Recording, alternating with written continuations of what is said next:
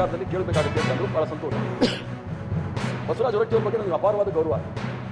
ಯಾವತ್ತೂ ಸಹ ನಾನು ಶಿವಕುಮಾರ್ ಅವರು ಕೇಳ್ಬೋದು, ಸಿದ್ದರಾಮಯ್ಯ ಅವರು ಇವನು ಕೇಳ್ಬೋದು, ಸ್ವಾಮಿ ನಮ್ಮಲ್ಲಿ ಯಾರು ಲಿಂಗಾಯತರಲ್ಲಿ ದೊಡ್ಡ ಲೀಡ್ ಯಾರು ಇಲ್ಲ, ಅವ್ರು ಕೃಷಿ ಮುಖ್ಯಮಂತ್ರಿ ಮಾಡಿ ಅಂತ ಹೇಳೋದು ನಾನು ಸದಸ್ಯರು ನಾನು ಆ ಗೌರವ ಇಟ್ಕೊಂಡಿದ್ದವ್ರು. ನಾವು ಅವ್ರಿಗೆ ನೋವಾಗ್ತಕ್ಕಂಥ ಕೆಲಸ ನಾವು ಯಾವತ್ತೂ ಸಹ ಮಾಡಿಲ್ಲ.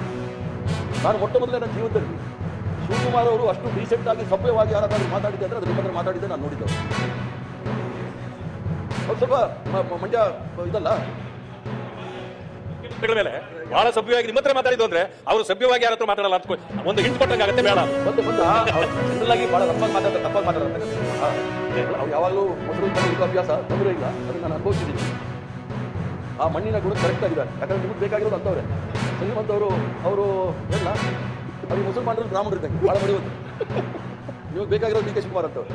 ಯಾಕಂದ್ರೆ ಡಿ ಕೆ ಶಿವಕುಮಾರ್ಗೆ ಬಂಡೆ ಅಂತೀರಾ, ಬುಲ್ ಅಂತೀರಾ, ಎಲ್ಲ ಅಂತೀರಲ್ಲ, ಅವ್ರು ಬೇಕಾಗಿರೋದು ನಿಮ್ಗೆ ಅದೇ. ಯಾಕಂದ್ರೆ ನಯವಾಗಿ ಹೇಳಿದ್ರೆ ಯಾರು ಗೊತ್ತಾಗೋದಿಲ್ಲ. ನಾನು ಸಹ ಅವ್ರ ಸಂಬಂಧ ಇರೋದ್ರಿಂದ ನಾನೇ ಅವ್ರ ಮನೆಗೆ ಹೋಗಿ, ನಾನು ಈ ಸದಸ್ಯ ಸದಸ್ಯರಾಗಿರೋದ್ರಿಂದ ಚೇರ್ಮನ್ ನಾವು ಎಲ್ಲೂ ಕರಿಬಾರ್ದು, ನಾನೇ ಮನೆಗೆ ಹೋಗಿ ನಮ್ಮ ಮುಂದೆ 2 ಆಪ್ಷನ್ ಇದೆ ನೋಡಿ, ನೀವು ಹಿರಿಯರಿದ್ದೀವಿ. ಒಂದು ನಮಗೆ ಭಾಳ ಕ್ಲಿಯರ್ ಆಗಿದೆ, ಲೋಕ ಅವಿಶ್ವಾಸ ಮಂಡನೆ ಮಾಡಿ ಅಂತ. ಒಂದೇ ಸರಿ ಅವಿಶ್ವಾಸ ಮಂಡನೆ ಮಾಡಿದಾಗ ಮುಖ್ಯಮಂತ್ರಿಗಳು ಹೇಳಿದ್ರು, ಬೇಡ ರಾಜೀನಾಮೆ ಕೊಡ್ತೀನಿ ಅಂತ ಹೇಳಿದ್ರು, ಬಿಟ್ಬಿಡಿ ಅಂತ. ಆಯ್ತು ಬಿಟ್ವಿ. ನಾನು ಹೋಗಿ ಹೇಳಿದೆ, ನೋಡಿ 2 ಆಪ್ಷನ್ ಇರೋದು, ಒಂದು ಅವಿಶ್ವಾಸ ನಿರ್ಣಯ ನಾವು ಮಂಡನೆ ಮಾಡಬೇಕು, ಇಲ್ಲ ಅಂದ್ರೆ ತಾವು ರಾಜೀನಾಮೆ ಕೊಟ್ಟರೆ ಪ್ರಸಂಗ ಬರೋಣ. ಒಂದು ನಾನು ಹೋದ ಬಾರಿ 45 ವರ್ಷ ಆಗಿದೆ ಅಂತ ಹೇಳಿ ಇದೇ ಸದನದಲ್ಲಿ ಬೆಳಿಗ್ಗೆಯಿಂದ ಸಾಯಂಕಾಲದವರೆಗೂ ನಾನು ಅದು 2ನೇ ಭಾಷಣ ಮಾಡಿ ಮಂಜುನಾಥ್ ಭಂಡಾರಿ ಮದುವೆ ಮಾಡಿ ನಾನು 2ನೇ ಮಾಡಿ ಸ್ವಲ್ಪ ಲೈನ್ ಹೋಗಿದ್ದೆ. ದಿವಸ ಪೂರ್ತಿ ಅವ್ರು ಹೊಳಿದ್ವಿ, ದಿವಸ ಪೂರ್ತಿ. ಅದು ಹೋಗೋದು ಏನು ಅಂತ ನಾನು ಹೇಳ್ಕೋಗೋದಿಲ್ಲ. ದಿವಸ ಪೂರ್ತಿ ನಾವು ಅದನ್ನ ಭಾಳ ದೊಡ್ಡ ಮಟ್ಟದಲ್ಲಿ ಹೊಗಳಿದ್ವಿ. ನೀವು ಅವಿಶ್ವಾಸ ಮಂಡನೆ ಮಾಡಿದಾಗ ನಾವು ಹೊಗಳ್ತೀವಿ ಅನ್ಕೊಳ್ತೀರಾ? ರಾಜಕೀಯ ಪಕ್ಷದವ್ರು ನಾವು ಅವಿಶ್ವಾಸ ಮಂಡನೆ ಮಾಡಿದಾಗ ಒಬ್ಬರ ಪ್ರಶ್ನೆನೇ ಇಲ್ಲ. ನೀವು ಶತ್ರುಗಳಲ್ಲ, ನಮಗೆ ವಿರೋಧವರು. ಯಾಕಂದ್ರೆ ಆ ವಿಚಾರದಲ್ಲಿ ನಾನು ಆವಾಗ ಹೇಳ್ತಾ ಇರ್ತೀನಿ, ಪಾಕಿಸ್ತಾನ ವಿಚಾರ ಬಂದಾಗಲೂ ನಾನು ಹೇಳಿದ್ದೀನಿ, ನೀವು ನಮ್ಮ ಶತ್ರುಗಳೆಲ್ಲ ವಿರೋಧಿಗಳು, ರಾಜಕೀಯ ವಿರೋಧಿಗಳು. ನಾವು ಏನೇನು ಹೇಳ್ಬೇಕು ಅದೆಲ್ಲ ಹೇಳ್ಬಿಡ್ತಾರೆ. ಅದರಲ್ಲಿ ಹೇಳೋದಕ್ಕೆ ಇನ್ನೂ ಭಾಳ ಸ್ವಾರಸ್ಯಕರವಾಗಿ ಬರ್ಕೊಂಡೆ, ಕೈ ಸಿಗ್ತಾ ಇಲ್ಲ. ಮಾಡಿದಾಗ ಕೆಲವು ಸಂದರ್ಭದಲ್ಲಿ ಸದನದ ಗೌರವ ಕೂಡ ಕಮ್ಮಿ ಆಗ್ಬೋದು. ಅದಕ್ಕೋಸ್ಕರ ನಾನು ಅವ್ರ ಹತ್ರ ರಿಕ್ವೆಸ್ಟ್ ಮಾಡ್ತೀನಿ, ನಿಮ್ಮ ಈ ರಾಜಕಾರಣದಲ್ಲಿ ಯಾರೂ ಇಲ್ಲ, ನೀವು ಆದಷ್ಟು ದೊಡ್ಡ ಮನಸ್ಸು ಮಾಡಿ ಬಿಡಿ ಅಂತ. ಸೊ ಅವ್ರು ಒಪ್ಕೊಂಡು ಮುಖ್ಯಮಂತ್ರಿಗಳು ಸಹ ಅವ್ರ ಮನೆಗೆ ಹೋಗಿ ಮಾತಾಡಿ, ಮುಖ್ಯಮಂತ್ರಿಗಳು ಸಹ ನಾನು ರಾಜೀನಾಮೆ ಕೊಡ್ತೀನಿ ಅಂತ ಹೇಳಿ ಅಲ್ಲಿಗೆ ಬಿಟ್ಟು. ಅದು 6ನೇ ತಾರೀಕು ಸಾಹೇಬ್ರೆ ನನಗೆ ಫೋನ್ ಮಾಡಿದ್ರು, ನೋಡಿ ಸ್ನೇಹಿತರು ಸಂಬಂಧಿಕರಿಂದ ಭಾಳ ಒತ್ತಡ ಇದೆ, ನಾನು ರಾಜೀನಾಮೆ ಕೊಡೋದಿಲ್ಲ ಅಂತ.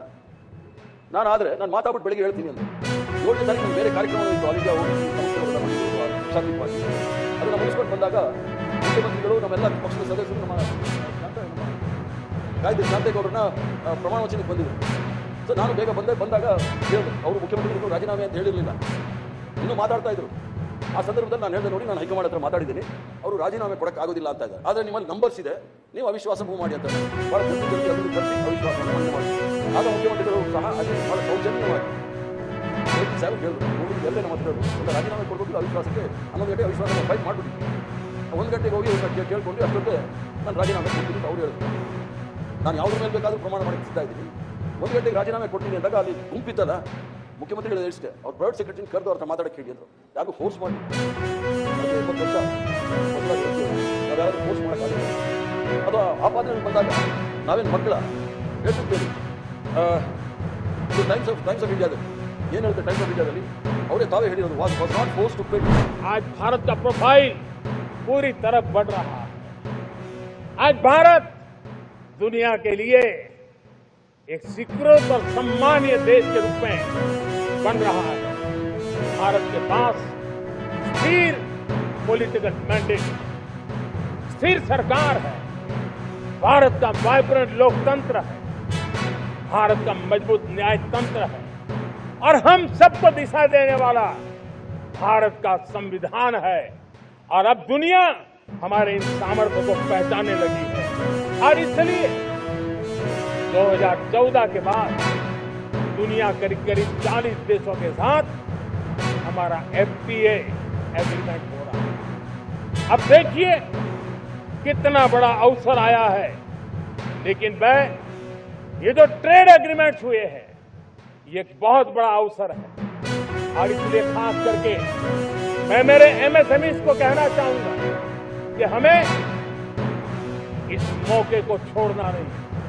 दुनिया में हमें पहुंचना है, भारत के उत्पाद की हर चीज विश्व के बाजार में पहुंचे और चाहे हमारा टेक्सटाइल हो, हमारी मशीनरी हो, हमने दवाइयां हो, हमने मौका छोड़ना है, लेकिन वैश्विक जो पैरामीटर्स हैं उस पैरामीटर को हमें पार करना है। हमें दुनिया से जो मिलता है उसे अच्छा देना पड़ेगा, दुनिया में जो मिलता है उसे सस्ता देना पड़ेगा।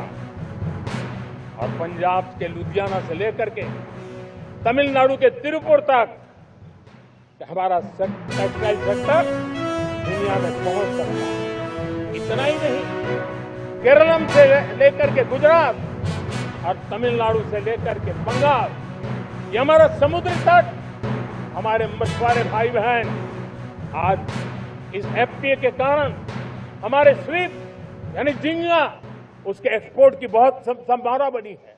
हमारे सी फूड की दुनिया में पहुंच बनने की संभावना पड़ी हुई है। और ये मैं चाहूंगा हम इस परिस्थिति का फायदा उठाते हुए, हम आगे चलते हुए हम इन कामों को पार करने के लिए प्रयास करें।